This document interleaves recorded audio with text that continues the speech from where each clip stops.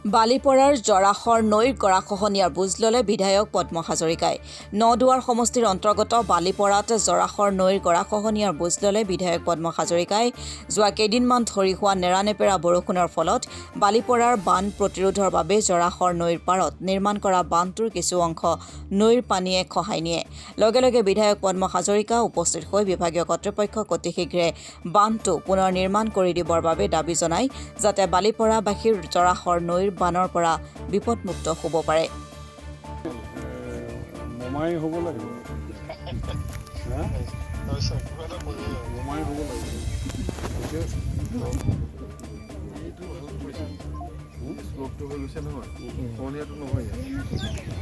এইটো খহনীয়াটো লগা নাই। খহনীয়াটো এই আমাৰ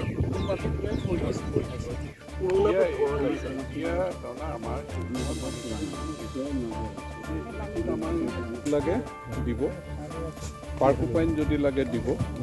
খালি আমি গছ চছ অলপ ওচৰত যদি এৰেঞ্জ কৰিব পাৰি চাই লওক, গছ চছ অলপ এৰেঞ্জ কৰিব। আমি য'তেই বেছি ইৰ'চন লাগিব, মানে পানী বাঢ়াৰ টাইমত আমি গছ পেলাই পেলাই থাকিব লাগিব। এতিয়া এই ঘৰখন বচাবলৈ সেইখিনি আমি যদি 4-5ডাল গছ হেৰি কৰি ৰাখোঁ, সেই ঘৰখন হয়তো বচাই দিব পাৰিম। মানে সেইটো পানী বাঢ়িলে গছ পেলাব লাগিব।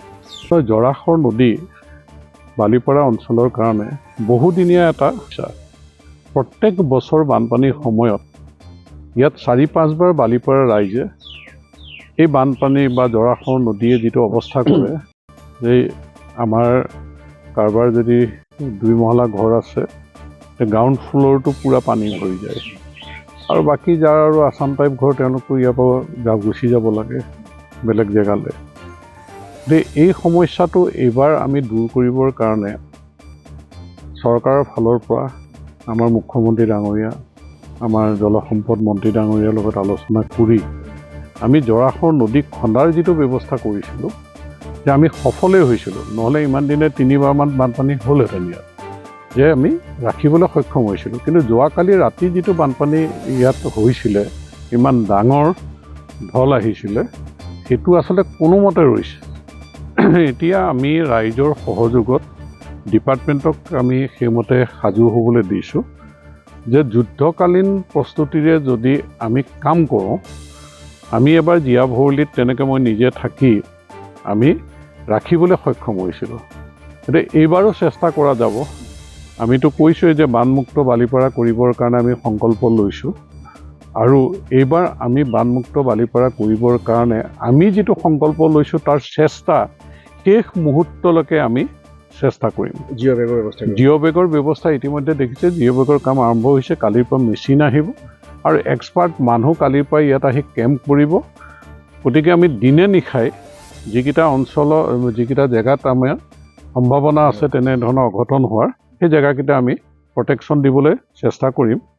আৰু আমি কিছু গছ, জংঘলী গছ ইয়াতে লাগে ৰাখি, গছ পেলাই য'তেই ডাঙৰ প্ৰত্যাহ্বান, এই মানুহঘৰৰ অৱস্থাটো হয়তো বেয়া হ'ব পাৰে, গতিকে তেওঁলোকেও শংকা কৰিছে। গতিকে তেওঁলোকৰ সেই ঘৰখনো ৰাখিবৰ কাৰণে আমি যিমান পাৰোঁ যুদ্ধকালীন প্ৰস্তুতি আমি চেষ্টা কৰিম। গতিকে ইয়াত ৰাইজক খালি মই এইটোৱে আহ্বান জনাইছোঁ যে টেকনিকেল গোটেই কথাখিনি ডিপাৰ্টমেণ্টে জানে, যে তেওঁলোকে যেনেধৰণে ৰোডমেপ বনাইছে তেনেধৰণে কাম কৰিবলৈ সুবিধা দিয়ক। আৰু ময়ো আছোঁ, বিপদৰ মুহূৰ্তত মানুহৰ ওচৰত মই থাকিমেই। আমাৰ চৰকাৰ আছে, গতিকে এই ক্ষেত্ৰত ৰাইজৰ সহযোগিতা আগবঢ়াবলৈ মই আহ্বান জনাইছোঁ। Bureau' report, Assam today.